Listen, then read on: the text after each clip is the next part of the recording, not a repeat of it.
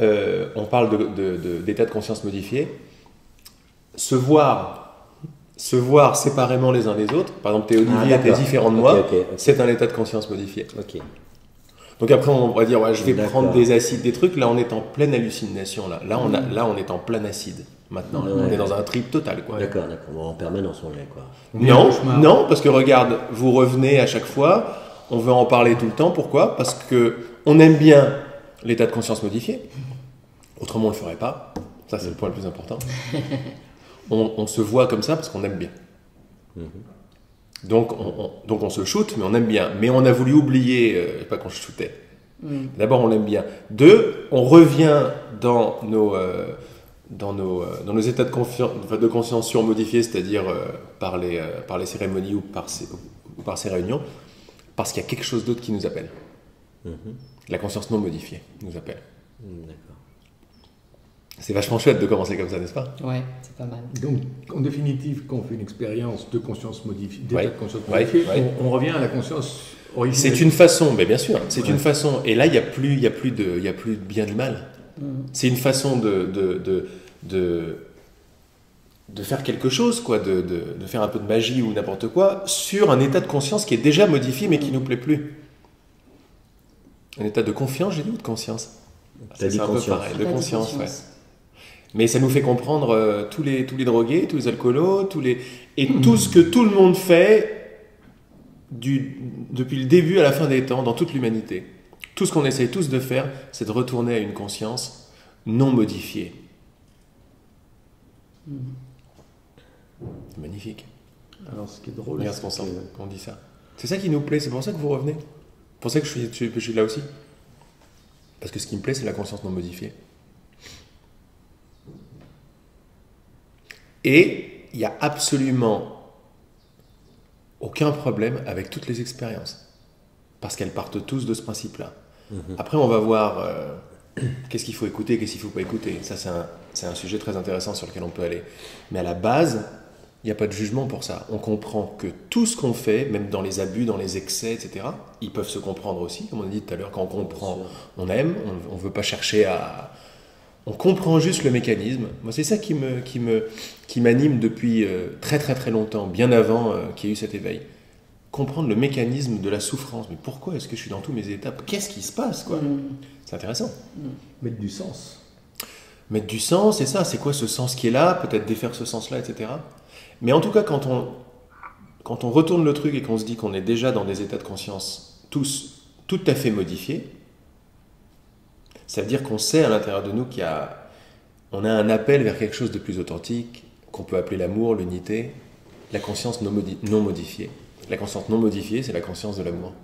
Et à chaque fois qu'on la retouche, par une expérience ou par une autre, ben on est content. C'est pour ça qu'on le refait.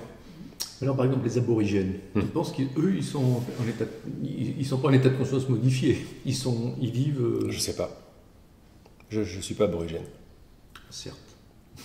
Je sais pas du tout. Mais je crois que derrière ta question, il y a un truc très intéressant, c'est l'idée de ces... après, on parle de différents niveaux de conscience, mais de ces peuples autochtones qui sont tellement proches de la nature, etc.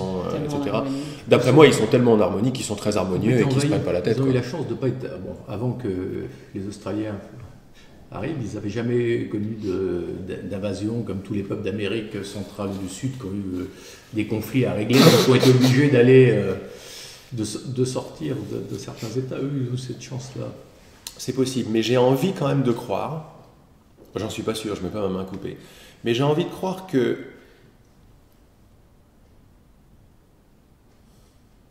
ça va assez loin ce que je veux dire, mais bon, ça me paraît tout à fait logique. Sans jugement de valeur derrière, que si on est dans un corps sur Terre, si c'est notre expérience, on est dans un état de conscience modifié. Que ce soit un corps de tueur, que ce soit un corps d'aborigène, que ce soit un corps de Sainte Teresa ou un corps d'Hitler. Ça fait partie de l'expérience. C'est ce que je crois, c'est ce que je pense, c'est ce que je sens vraiment. Parce que la conscience non modifiée est la conscience d'unité qui voit de moins en moins la forme, qui voit de moins en moins la différence. Tu vois bien que quand on est dans ces états-là, c'est même pas dans un état, c'est quand on se rappelle de plus en plus de qui on est, d'une façon ou d'une autre, toutes les choses perdent de leur importance. La vie de Maud devient une sorte de vieux rêve, quoi. Alors oui, il y a des formes qui sont là, et on n'est pas là pour les anéantir, les formes. Mais bizarrement, après, il y a différents degrés d'expérience, qu'on va dire mystique, ou d'expérience de... c'est bizarre de parler d'expérience mystique, en fait, c'est des expériences de notre état naturel. Et j'ai envie de croire, c'est même pas de croire, parce que j'ai tellement eu d'expériences d'ouverture où il n'y a plus rien sauf de la lumière. Et plus rien sauf de la lumière, c'est difficile à comprendre en quelque sorte. Mais c'est la fin de la forme, la fin des objets, la fin des différences, la fin de la distance.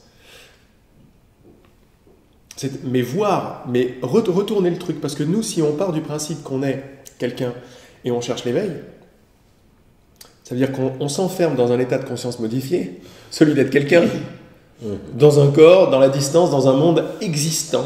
Voilà ma situation et je suis souffrant. Et maintenant, je vais faire des trucs pour essayer de me réveiller. Alors, je fais ça marche très bien, mais à un moment, et c'est ce moment-là qui se passe pour vous en ce moment, enfin pour toi, parce que je vois que c'est ça qui est en train de se passer. Il y a un shift, il y a un changement qui se passe de perspective. Tu es là, ah mais attends. Je suis dans mon monde de souffrance, je vais machin truc et tout, et je commence à avoir des expériences de plus en plus d'un éveil, d'une paix, d'un calme, d'une lumière, d'une unité. Et si je retournais le truc? Et si mon état naturel c'était la non-forme? C'était paix, unité, mais même paix, unité, tu l'enlèves quoi, t'en as plus besoin. Parce que là-dedans, il n'y a plus de définition possible, il n'y a pas un sens comme le sens des mots. Si le background, si le truc de base, la solidité était l'état de conscience non modifié, au-dessus de laquelle des modifications apparaissent, vont et viennent, plus ou moins fermées, plus ou moins ouvertes. Regarde comme ça change de perspective. Ouais, énormément. C'est-à-dire que ce qui m'écoute maintenant, c'est la conscience non modifiée. Et c'est ce que nous recherchons. Sans vouloir comprendre ce que sur lequel on... Voilà, sans vouloir comprendre ce que je viens de dire. Et je sais que tu as la pensée qui va vouloir imager, comprendre, associer ce qui est dit. Il n'y a pas de problème. Mais regarde que quand tu dis le socle, tu fais de ce qui m'écoute un objet. Ou si tu préfères, tu fais de la conscience non modifiée un objet. C'est normal, le mental ne peut faire que des objets. Il est fait pour ça. Le mental des idées, c'est-à-dire après découle... Je ne sors pas du mental l'expérience corporelle, émotionnelle, parce que tout est une idée, quoi. Tout est la manifestation d'idées. Mais même le mental, la pensée, tu vois que le système de compréhension qu'on a, c'est des associations d'images, et c'est forcément à l'extérieur de toi. C'est très subtil, ce que j'essaie de dire. La conscience non modifiée qu'on cherche, c'est ce qui m'écoute maintenant. Mais tu ne pourras jamais la trouver dans une explication. Donc, là, je suis en train de parler de la limite de la compréhension spirituelle. Elle est parfaitement là, quoi. Elle est parfaitement là, mais ça reste de la compréhension, ça reste de l'image. Ce que je veux tout simplement dire, c'est que le terme socle, ta compréhension du mot socle est bonne, mais lâche-la tout de suite. Oui, c'est une petite pierre blanche sur le chemin du petit poussé, et tu l'enlèves après. Parce que c'est pas la pierre blanche que tu veux. Ce que tu veux, c'est la conscience non modifiée. Mais les pierres blanches peuvent t'y ramener. La compréhension spirituelle va te ramener parce qu'elle va agir comme une petite dynamite. Pas sur la conscience non modifiée que t'es, elle est intouchable. Mais elle va agir sur une petite dynamite sur les autres idées que tu as choisi de chérir avant. Donc on parle de non-séparation, on parle de quoi? On parle de tout ce dont on parle là. Pas pour faire ce qu'on est, mais pour défaire ce qu'on n'est pas. Pour défaire le royaume de la compréhension intellectuelle. Le royaume de la compréhension. Mais je vais plus loin que juste la petite compréhension intellectuelle. Je vais dans la création de la conscience modifiée. C'est génial de parler de conscience modifiée. Ça veut dire que tout est conscience modifiée. Ou tout est conscience filtrée. Ou tout est conscience formée. Et là, il n'y a plus de jugement, il n'y a plus de bien, pas bien. Il n'y a plus la conscience non modifiée, c'est bien, et la conscience non modifiée. La conscience non modifiée, c'est bien, la conscience modifiée, c'est pas bien. Non, on a juste ajouté un jugement dessus qui nous fait dire que l'un, c'est pas bien. Et on veut se séparer du truc et tout. Si on veut simplement commencer en venant à la base de ça, ce que je suis, ce qui est présent, ici, tout de suite, qui ne peut pas être passé, ni futur, ni monter, ni descendre, c'est pas un état de conscience non modifié, c'est la conscience non modifiée. C'est pas un état. C'est là où on ne peut plus la comprendre. On peut juste s'en apercevoir, la reconnaître. Quand je te demande si tu es présente maintenant, je dis oui. Tu me dis pas peut-être. Quand je demande si tu existes, je dis oui. On va réfléchir un petit peu, les yeux ils vont réfléchir un petit peu, mais la première intuition, c'est évidemment. Et c'est là où il faut... Tout le chemin, c'est de s'arrêter là. Je n'ai pas compris pourquoi c'est pas un état. Parce qu'un état, par définition, va et vient. Ok. Mais ce qui existe, le fait d'être présent maintenant, ne vient pas, il est conscient des états, il est apparemment conscient des états qui changent. Mais la conscience non modifiée, par définition, ne peut pas se modifier. Donc c'est pas un état. Mais là, on peut plus comprendre. Là, le mental bug, pas possible. Mais vous buguez pas. Vous, la conscience non modifiée, ne bug pas. Et là-bas, il n'y a pas de problème. C'est la vraie nature. Alors. La vraie nature. Je suis. C'est le réglage d'usine. Comment ? C'est le fameux réglage d'usine. C'est le réglage d'usine. C'est génial de commencer, de voir ça comme ça. C'est génial. Parce que là, il y a un amour par la compréhension de tout ce qui se passe. Ok, conscience non modifiée. Conscience modifiée. Même de s'ouvrir à cette possibilité. On ne peut pas la comprendre parce qu'il y a beaucoup de batailles dans le mental pour comprendre ça. Lui-même est un état de conscience modifié. Le mental est un état de conscience modifié. Les idées sont des états de conscience modifiés.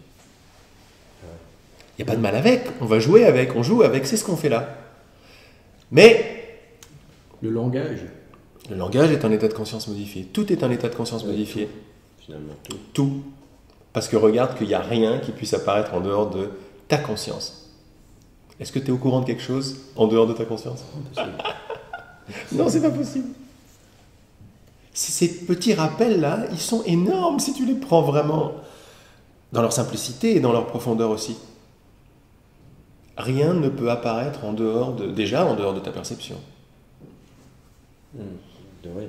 La conscience est un peu bizarre. On est là, merde, on ne sait pas trop ce que c'est. On peut y parler de la perception. La perception, c'est plus simple. Tu vois bien que tout apparaît dans ta perception. Est-ce que tu es au courant de quelque chose en dehors de ta perception ? Oui, si on n'a pas de sens, si on n'a pas nos 5 sens. Oui, mais les 5 sens, ils font la perception. Oui, voilà. Y compris, mais comprends les pensées, les émotions avec.